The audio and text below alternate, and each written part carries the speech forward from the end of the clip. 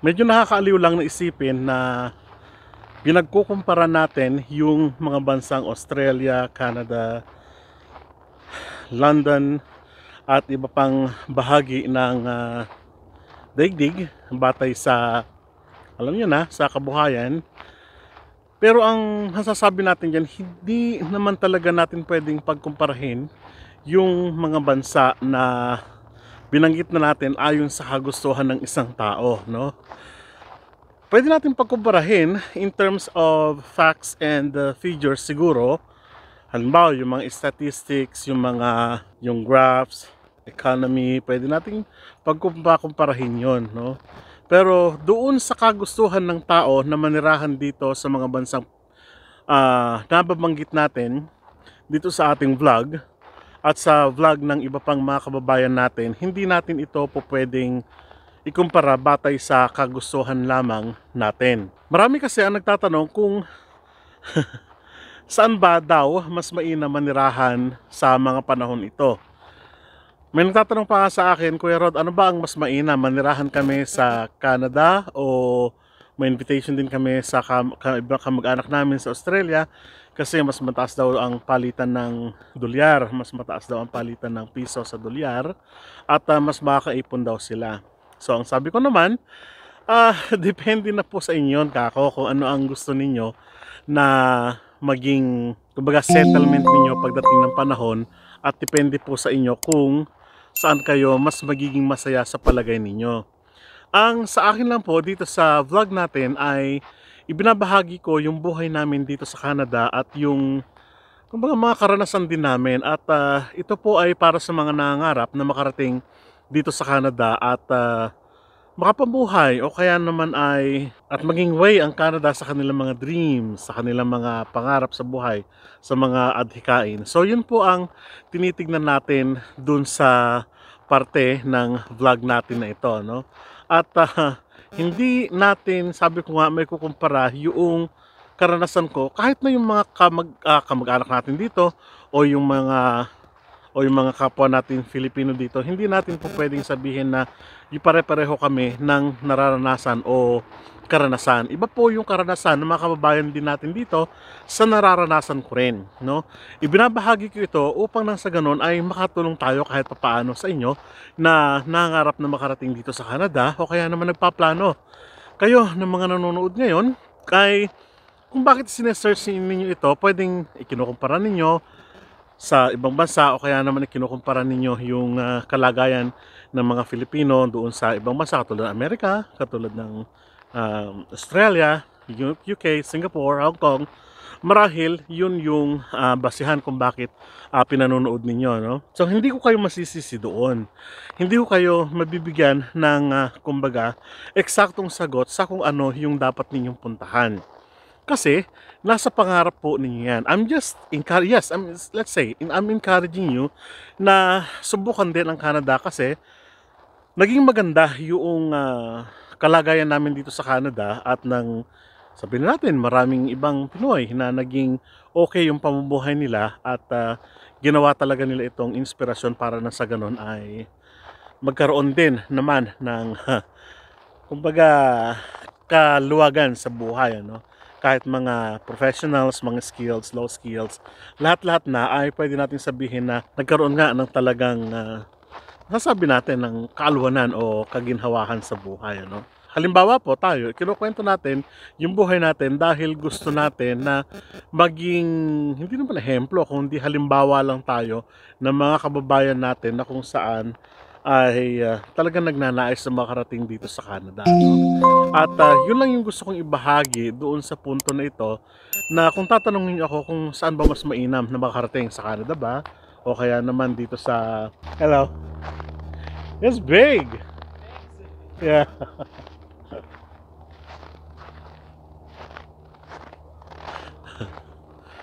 Nag-ano siya, papalakad ng aso. Ganon yung libangan natin dito, no? Katulad ng sinabi ko, hindi ko po pwedeng bigyan ng katwiran yung pangarap ninyo o yung kagustuhan ninyo na makarating dito sa Canada.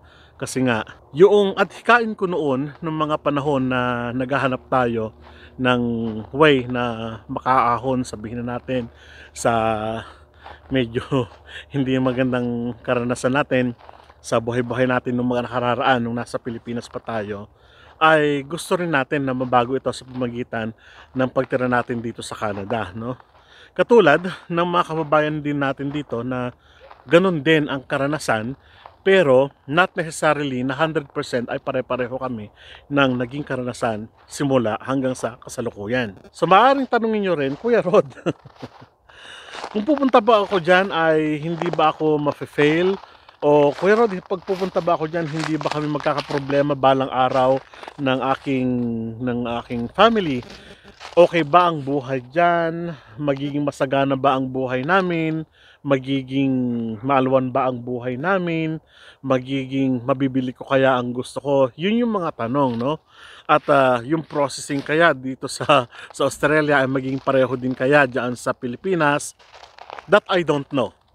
Hindi ko alam yung, sa totoo lang, sinagot ko siya pero sinasagot ko ito na rin sa inyo sa harapan nyo ngayon dahil hindi ko talaga alam. Kasi nga, sabi ko, iba yung magiging karanasan ninyo sa magiging karanasan ko. Ipinapakita ko lang yung bahaging ito ng buhay namin dito sa Canada para na sa ganon ay maging inspirasyon din ninyo pagdating ng araw at maging halimbawa rin. Kung halimbawa, may nakita kayong hindi maganda sa pamumuhay namin, huwag ninyong tularan. Okay, no? May nakita kayong kahit paano, may nakita kayong sabihin na natin na gusto ninyo dito sa buhay namin, po pwedeng gamitin ninyo o po pwedeng tularan ninyo. Ganun lang po yon, no?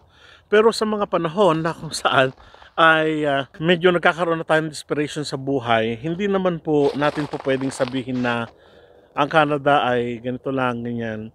Kasi yung mga tao, yung mga ibang tao na nagbibigay ng komento o kaya naman nagbibigay ng suggestion sa inyo, tanungin nyo, nakarating na ba siya ng Canada? Kung bakit ganun ang suggestion niya sa inyo?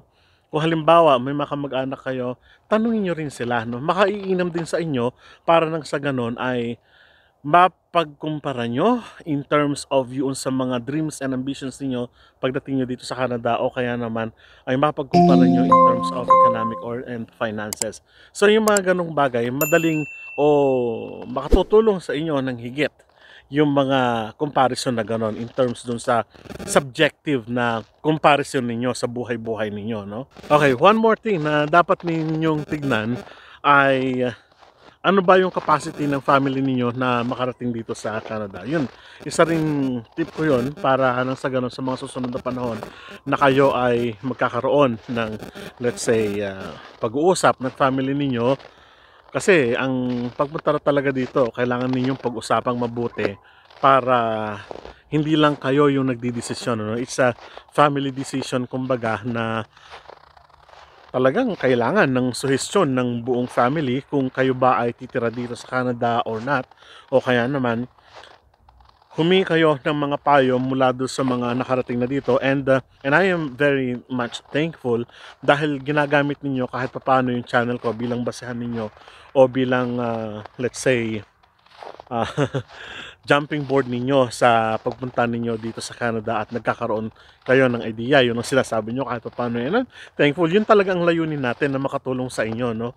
Dahil alam natin na yung pangarap ninyo sa buhay-buhay ninyo ay talagang mahalaga para sa buong family na sabi ko nga, hindi lang ikaw talaga magdidesisyon, kasama mo ang family mo sa pagdidesisyon, no?